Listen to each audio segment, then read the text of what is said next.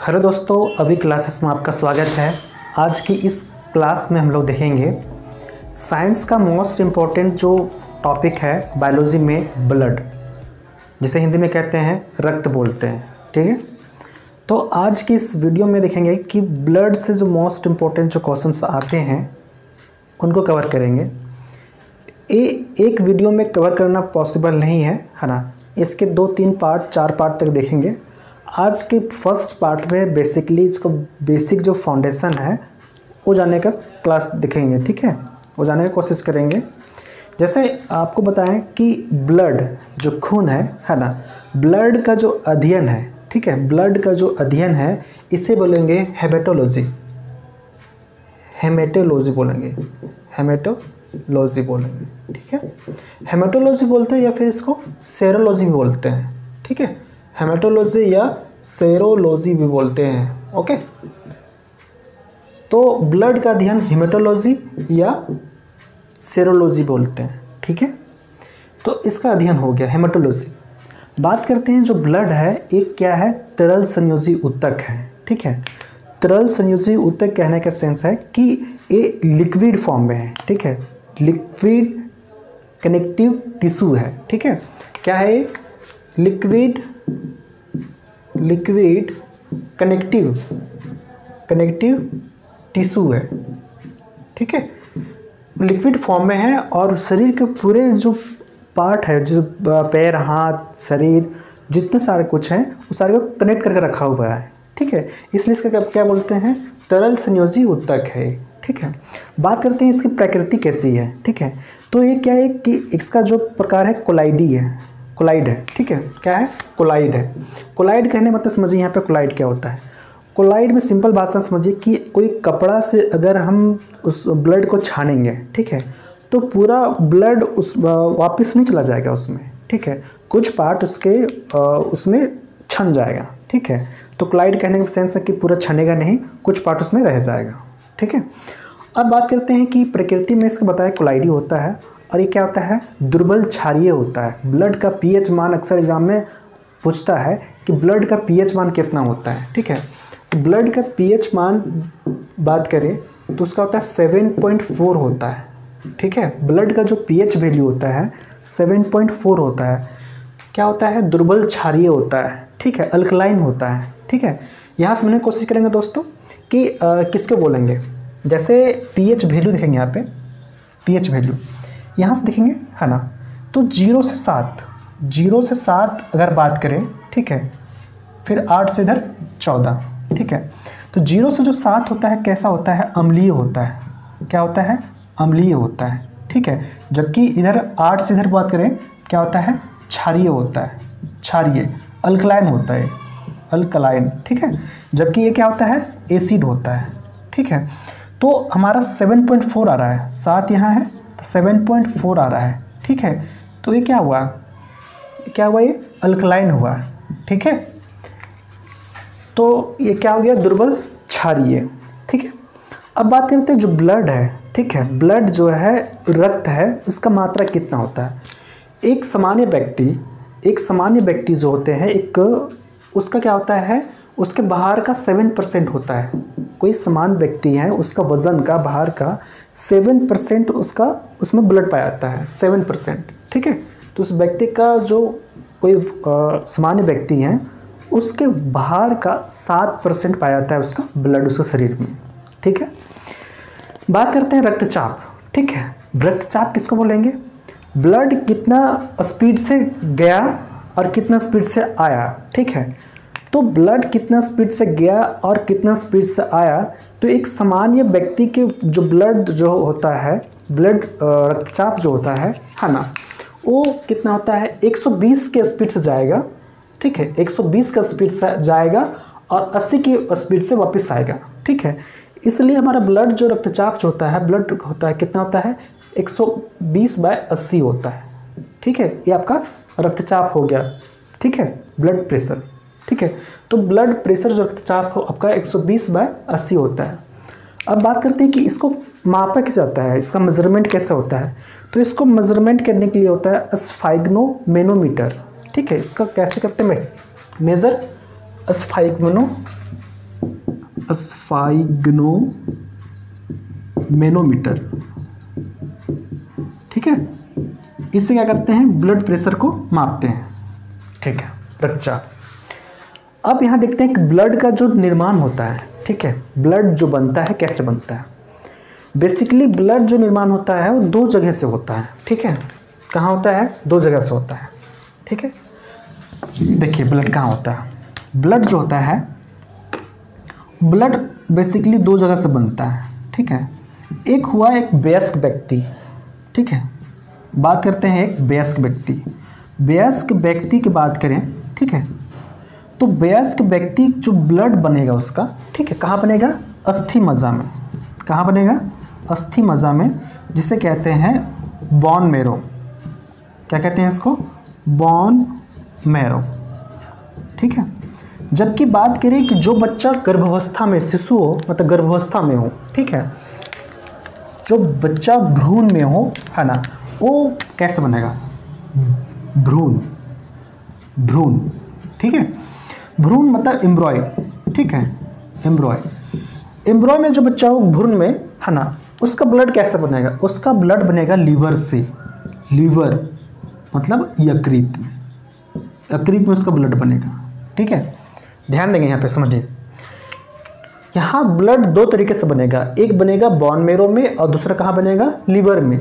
अब कंडीशन है कि कब बनेगा, जब वयस्क व्यक्ति रहेगा, वयस्क व्यक्ति रहेगा, ठीक है, तो उसका बनेगा हाँ अस्थि मज्जा में, है ना। और जो एम्ब्रॉय में मतलब रहेगा, जो भ्रूण में रहेगा, उसका कब बनेगा, मतलब कैसे बनेगा, तो लीवर से बनेगा, यकृत में, ठीक है। यहाँ बन गया, ब्लड बनने का बात हो गया। अब बात करते हैं कि ब्लड जो स्टोर होता है कहाँ होता है, ब्लड जो स्टोर होता है वो कहाँ होता है, तो स्प्लीन में होता है। इसे कहते हैं प्लीहा, हिंदी में क्या कहते हैं, प्लीहा, ठीक है। हिंदी में क्या कहते हैं, इसे प्लीहा कहते हैं, स्प्लीन को, ठीक है। तो ब्लड जो स्टोर होता है, ब्लड जो स्टोर कहाँ होगा, तो स्प्लीन में होगा, इसे कहेंगे प्लीहा, ठीक है, प्लीहा में होता है स्टोर, ठीक है। अब ध्यान देंगे दोस्तों, यहाँ पे जो ब्लड यहाँ पे स्टोर होता है, जमा होता है, वो क्या होता है, इसलिए इसे क्या कहते हैं, ब्लड बैंक कहते हैं। स्प्लीन को, जो प्लीहा को कहते हैं आरबीसी। अभी हम देखेंगे ब्लड का संगठन भी देखेंगे, है ना, डब्ल्यूबीसी, आरबीसी, प्लेटलेट्स अभी देखेंगे। तो आरबीसी जो होता है ना, आरबीसी ब्लड्स का होता है, वो इसका जो प्लीहा में जाके यहाँ पे स्टोर होता है, इसलिए इसको कहते हैं ब्लड बैंक ऑफ आरबीसी, है ना, ब्लड बैंक इसको बोला जाता है, ठीक है। और जब यहाँ जाता है तो आरबीसी का जो टाइम पीरियड होता है, जीवन काल होता है, 120 दिन होता है, ठीक है। अब 120 दिन के बाद क्या होता है, ये मर जाता है, मृत हो जाता है। तो मरने के बाद फिर कहाँ स्टोर होता है, तो स्टोर भी कहाँ होता है, ये आपका प्लीहा में स्टोर होता है, ठीक है। इसलिए इसे क्या कहता है, प्लीहा को, स्प्लीन को, जो प्लीहा को कहा जाता है, ग्रेवयार्ड बोला जाता है, ग्रेवयार्ड। ग्रेवयार्ड मतलब कहने में आता है कब्रगाह, ठीक है। इसे क्या बोला जाता है, ग्रेवयार्ड, कब्रगाह, कब्रगाह, कब्रगाह बोला जाता है इसको, ठीक है। क्यों बोला जाता है, क्योंकि ब्लड जो है वो जाकर स्टोर कहाँ जाता है, प्लीहा में, स्प्लीन में। अब वहाँ पे स्प्लीन में क्या होता है, वो 120 दिन इसका आरबीसी का जीवन काल होता है, टाइम पीरियड होता है। उसके बाद फिर ये यहाँ पे जाके स्टोर होता है, जमा हो जाता है, ठीक है। तो प्लीहा को क्या बोलेंगे, ब्लड बैंक भी बोलेंगे, ठीक है। और इसको क्या बोलेंगे, कब्रगाह भी बोलेंगे, ठीक है, ग्रेवयार्ड बोलेंगे, ठीक है। यहाँ तक समझ गया। अब नेक्स्ट बात करते हैं हीमोग्लोबिन, ठीक है। हीमोग्लोबिन, हीमोग्लोबिन जो होता है वो दो वर्ड से मिलकर बना है, मतलब दो चीज़ों से मिलकर बना है, ठीक है, हेमेटिन और ग्लोबिन, ठीक है। हेमेटिन और ग्लोबिन से दो चीज़ों से मिलकर बना है। हेमेटिन जो होता है, हेमेटिन में पाया जाता है आयरन, ठीक है। क्या पाया जाता है, आयरन, Fe, क्या लिखते हैं, Fe, ठीक है। तो हेमेटिन में पाया जाता है आयरन, जिसके कारण से क्या होता है, हमारे ब्लड का जो ब्लड हमारा जो है ना, हीमोग्लोबिन के कारण से क्या पाया जाता है, क्या होता है, लाल होता है। ब्लड का कलर क्या होता है, रेड होता है, लाल जो होता है, क्यों होता है, हीमोग्लोबिन के कारण, ठीक है। अब हीमोग्लोबिन में पाया जाता है दो चीज़, ठीक है, हीमोग्लोबिन पाया जाता है दो चीज़, देख रहे हैं, हीमोग्लोबिन। ठीक है, तो हीमोग्लोबिन जो होता है ये दो चीज़ों से मिलकर बना है। एक बना होता है हिमेटिन और दूसरा है ग्लोबिन। ठीक है, तो हिमेटिन क्या है? हिमेटिन एक लौह तत्व है। ठीक है, हिमेटिन क्या है? एक लौह तत्व है। ठीक है, लौह तत्व है। ठीक है, लौह तत्व बात करें तो इसमें पाया जाता है आयरन Fe। ठीक है, तो हमारा जो ब्लड होता है वो लाल जो क्यों होता है? लाल जो होता है, लाल रेड होता है, वो क्यों होता है? तो हीमोग्लोबिन के कारण होता है। ठीक है, तो हिमेटिन जो हो गया ये आपका लौह तत्व हो गया। ठीक है, आपका लौह तत्व, इस कारण से क्या होता है? ब्लड का कलर क्या होता है? वो लाल होता है। ठीक है, वहीं बात करें जो ग्लोबिन है ये क्या है? एक प्रोटीन है। क्या है? एक प्रोटीन है जो जिसके थ्रू हमारे पूरे शरीर में ऑक्सीजन और कार्बन डाइऑक्साइड, ठीक है, का आना जाना होता है। ठीक है, एक ग्लोबिन प्रोटीन के कारण, ये क्या है? एक प्रोटीन है। और ये हमारा हिमेटिन क्या है? एक लौह तत्व है। ठीक है, वही बात करते हैं जो हीमोग्लोबिन है वो मेल और फीमेल में कितना पाया जाता है? बात करते हैं तो मेल में जो पाया जाता है, मेल में पाया जाता है 14 ग्राम। ठीक है, 14 ग्राम डेसीलीटर। ठीक है, जबकि फीमेल में पाया जाता है कितना? 13 ग्राम। ठीक है, 1 ग्राम फीमेल में कम होता है। ठीक है, तो इस तरह से आपका हीमोग्लोबिन हो गया। ठीक है, अब नेक्स्ट बात करते हैं कि ब्लड जो होता है ना, ब्लड होता है वो मानव शरीर में जो होता है उसका बाहर का 7% होता है। ठीक है, तो यहाँ जो पुरुषों कर रहे तो पुरुष में पाया जाता है 5.5 लीटर। ठीक है, पुरुष में अगर बात करें मेल का तो मेल में पाया जाता है 5.5 लीटर। ठीक है, जबकि फीमेल बात करें तो वहाँ पाया जाता है 5 लीटर। तो फीमेल में आधे लीटर ब्लड का मात्रा कम होता है पुरुषों के कंपेयर में। मेल के कंपेयर में फीमेल में क्या होता है? ब्लड आधे लीटर कम होता है। ठीक है, जबकि पुरुष में आधे लीटर ज़्यादा होता है, 5.5 लीटर होता है। ठीक है, और यहाँ तो बता दिए कि जो ब्लड का मात्रा होता है अपने शरीर का 7% होता है। ठीक है, अब यहाँ बात करें जो रक्त परिसंचरण जो है, ब्लड सर्कुलेशन है ना, विलियम हार्वे। ठीक है, विलियम हार्वे ने खोज की थी, विलियम हार्वे। ठीक है, ब्लड संचरण। ठीक है, अब देखते हैं, हम लोग देखेंगे ब्लड का जो संगठन है। ठीक है, ब्लड किससे किसके मिलकर बना हुआ है उसको देखेंगे। ठीक है दोस्तों, अब यहाँ पे ध्यान देंगे हम लोग, यहाँ देखेंगे ब्लड का संगठन। ब्लड जो है रक्त, ठीक है, रक्त का संगठन।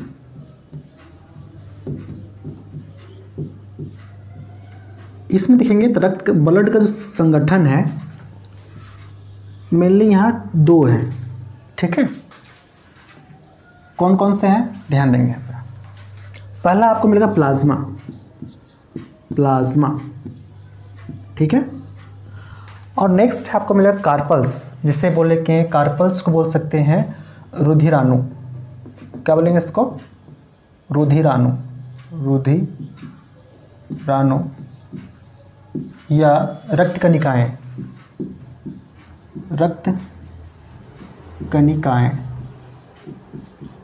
ठीक है, इसको बोलेंगे कार्पल्स। ठीक है, और ये इसे बोलेंगे प्लाज्मा। ठीक है, देखिए यहाँ पे ब्लड के संगठन की बात करें है ना, तो ये पहला का आपका प्लाज्मा है, दूसरा कार्पल्स है। ठीक है, कार्पल्स को इसे बोलेंगे हिंदी में रुधिराणु बोलते हैं या फिर रक्त कणिकाएं। ठीक है, प्लाज्मा की जो मात्रा होता है 55% आपका प्लाज्मा हो गया, और 45% जो आपका हो जाएगा कार्पल्स। ठीक है, यहाँ तक समझ गया? कार्पल्स 45%, 55% आपका प्लाज्मा।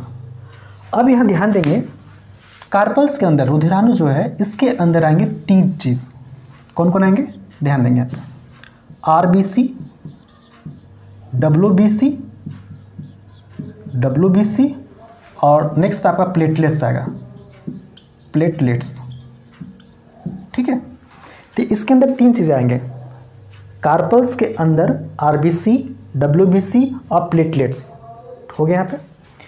अब यहाँ बात करते हैं प्लाज्मा। प्लाज्मा के अंदर 5 चीज़ें आएंगी, प्लाज्मा के अंदर 5 चीज़ें आएंगी। कौन कौन से आएंगी, यहाँ ध्यान देंगे, यहाँ पे ध्यान देंगे तो पहला यहाँ पे जल, जल की मात्रा होती है, जल, ठीक है, लवण, ग्लूकोज, ग्लूकोज, नेक्स्ट प्रोटीन और लास्ट में अन्य, अदर, ठीक है। तो इसमें जल, लवण, ग्लूकोज, प्रोटीन और इसमें अन्य चीज़ें भी हैं, अन्य। तो इसमें 5 चीज़ें हैं, जबकि इसमें बात करें तो इसमें 3 चीज़ें हैं, WBC, RBC, प्लेटलेट्स, ठीक है। अब बात करते हैं इसमें मात्रा कितनी कितनी की है। तो जाहिर सी बात, सबसे अधिक जो ब्लड में मात्रा किसका होगा, जल का होगा, ठीक है। तो जल की मात्रा कितनी यहाँ पे देखते हैं। जल की जो मात्रा है 90%, जल की जो मात्रा है वो 90% है, ठीक है। जल की मात्रा 90% है। वहीं बात करें ग्लूकोज और लवण का, ठीक है। तो लवण की जो मात्रा है 0.9%, 0.9%, और ग्लूकोज की जो मात्रा है, ग्लूकोज का जो मात्रा है 0.1%, प्रोटीन का है 7% और अन्य है 2%, ठीक है। तो यहाँ पे जो है जल, लवण, ग्लूकोज, प्रोटीन और अन्य जो चीज़ें हैं, तो सबसे अधिक जो है आपका जल है जो 90% है, लवण 0.9% है, ग्लूकोज आपका 0.1% है, और वही बात करें प्रोटीन का तो प्रोटीन आपका 7% है, और अदर जो है अन्य है वो आपका 2% है, ठीक है। अब यहाँ देखेंगे RBC, WBC और प्लेटलेट्स। RBC जो है ना, इसे क्या बोलेंगे, red blood carpals, red blood carpals जिसे बोलेंगे लाल रक्त कणिकाएं, लाल रक्त कणिकाएं, कणिकाएं, ठीक है। वही बात करें WBC, ये हो गया आपका वाइट ब्लड कार्पल्स, श्वेत रक्त कणिका, श्वेत रक्त कणिका, ठीक है। और वही बात करें प्लेटलेट्स, प्लेटलेट्स बोलेंगे रक्त बिंबाणु, रक्त बिंबाणु, बिंबाणु, ओके। इसका हिंदी क्या हो गया, रक्त बिंबाणु, प्लेटलेट्स का। अब यहाँ हम लोग डिटेल में देखेंगे RBC बारे में, WBC बारे में, प्लेटलेट्स के बारे में, ओके। चलिए आगे देखते हैं। ब्लड का संगठन, ब्लड के संगठन में आपको 2 बताएं। पहला जो था आपका प्लाज्मा और दूसरा था कार्पल्स था। कार्पल्स बोलते हैं रुधिर, रुधिराणु बोलते हैं या रक्त कणिका। ब्लड में जो आपका RBC, WBC और प्लेटलेट्स है वो आपका कार्पल्स का पार्ट है, ठीक है। जबकि जो प्लाज्मा है, प्लाज्मा के अंदर आपका जल हो गया, लवण हो गया, ग्लूकोज हो गया, प्रोटीन हो गया और अन्य चीज़ें हैं। तो प्लाज्मा हम नेक्स्ट में देखेंगे। अभी देख रहे हैं जो कार्पल्स है उसके अंदर में आपका RBC, WBC और प्लेटलेट्स है। तो सबसे पहले हम लोग देखते हैं RBC, ठीक है। RBC देखेंगे तो RBC का पहले देखते हैं कि इसका जो साइंटिफिक नेम क्या है इसका, है ना, वैज्ञानिक नाम जो है, क्या नाम है, एरिथ्रोसाइट, ठीक है। ये क्या है आपका वैज्ञानिक नाम है। वैज्ञानिक नाम की बात करें तो इसका क्या नाम है, एरिथ्रोसाइट, ठीक है। तो RBC को एरिथ्रोसाइट भी कहा जाता है ना, और इसका वैज्ञानिक नाम क्या है, एरिथ्रोसाइट। बात करें इसका आकार कैसा है, ठीक है, तो इसका क्या है, गोल आकार इसका है, ठीक है। इसका आकार कैसा है, गोल है, गोल, ठीक है।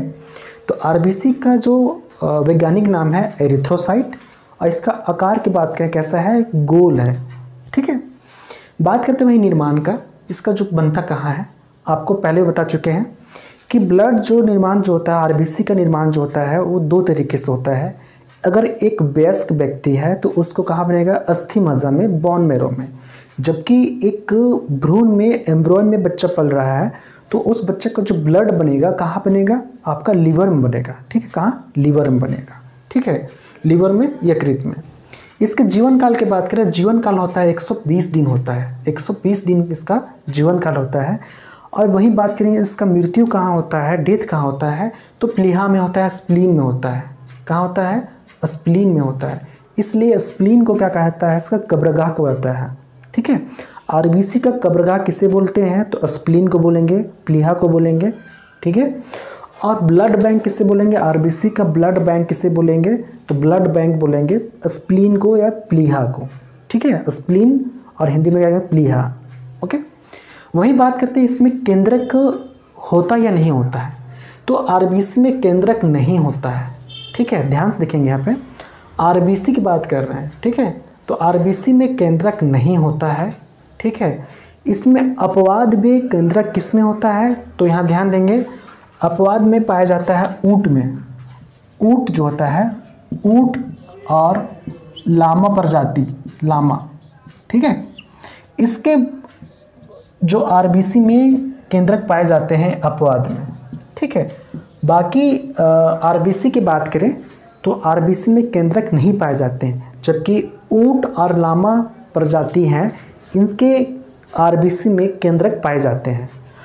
अगर केंद्रक पाए जाएंगे तभी तो किसी का मतलब डीएनए टेस्ट हो पाएगा, ऐसे टेस्ट नहीं हो पाएगा, ठीक है। तो आरबीसी से आप किसी का मतलब जो डीएनए टेस्ट नहीं कर पाएंगे आप, ठीक है। नेक्स्ट बात करते हैं लाइसोसोम। तो लाइसोसोम भी आरबीसी में नहीं पाया जाता है, लाइसोसोम भी आरबीसी में नहीं पाया जाता है, ठीक है। अक्सर एग्जाम में यहाँ से क्वेश्चन पूछे जाते हैं। वही बात करें कि आरबीसी की कमी को क्या कहते हैं? आरबीसी की कमी को एनीमिया कहते हैं। क्या कहते हैं? एनीमिया कहते हैं, एनीमिया, ठीक है। तो आरबीसी की कमी को एनीमिया कहा जाता है। बात करें वहीं कि ब्लड का आरबीसी है, ब्लड में जो आरबीसी है, आरबीसी का नष्ट होना आरबीसी से है, तो नष्ट होना क्या कहलाता है? हीमोलाइसिस। नष्ट होना हीमोलाइसिस कहलाता है, जबकि कमी हो गया है वो क्या होता है? एनीमिया होता है। इससे क्या होता है? एनीमिया होता है, ठीक है। ये रोग क्या होता है? ब्लड की कमी से, आरबीसी कमी करने से क्या होता है? एनीमिया होता है। वही बात करते हैं जब हम लोग सोते हैं, है ना, सोते टाइम क्या होता है? आरबीसी के जो मात्रा है उसका संख्या क्या होता है? डाउन हो जाता है, कम हो जाता है। तो कितना होता है? 5% कम हो जाता है, ठीक है। 5% सोते वक्त इसमें आरबीसी की जो मात्रा है वो 5% कम हो जाता है।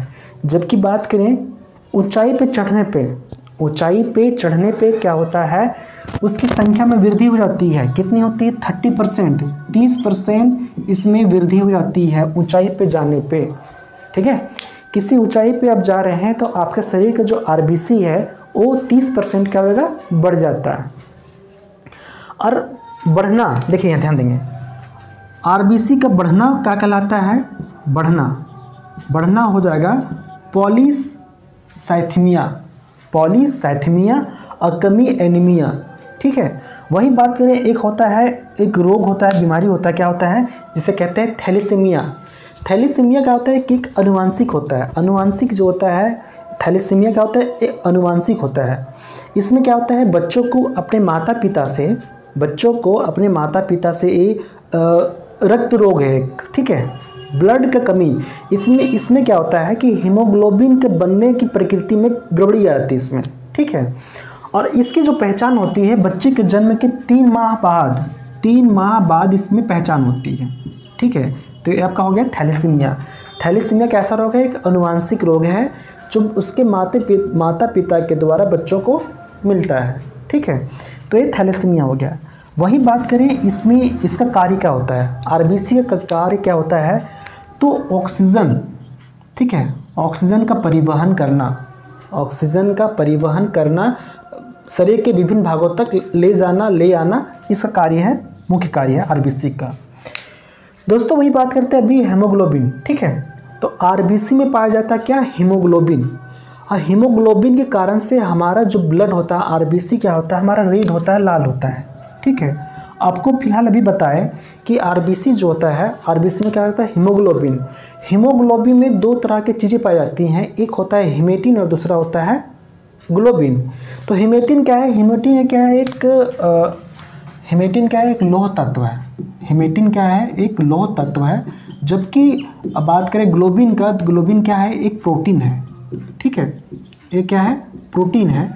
तो प्रोटीन है, यह प्रोटीन जो है ऑक्सीजन और जो कार्बन डाइऑक्साइड जो ऑक्सीजन है इसका जो परिवहन करता है शरीर के विभिन्न भागों तक ले जाना और ले आना, किसका काम है, जो ग्लोबिन प्रोटीन है, ठीक है।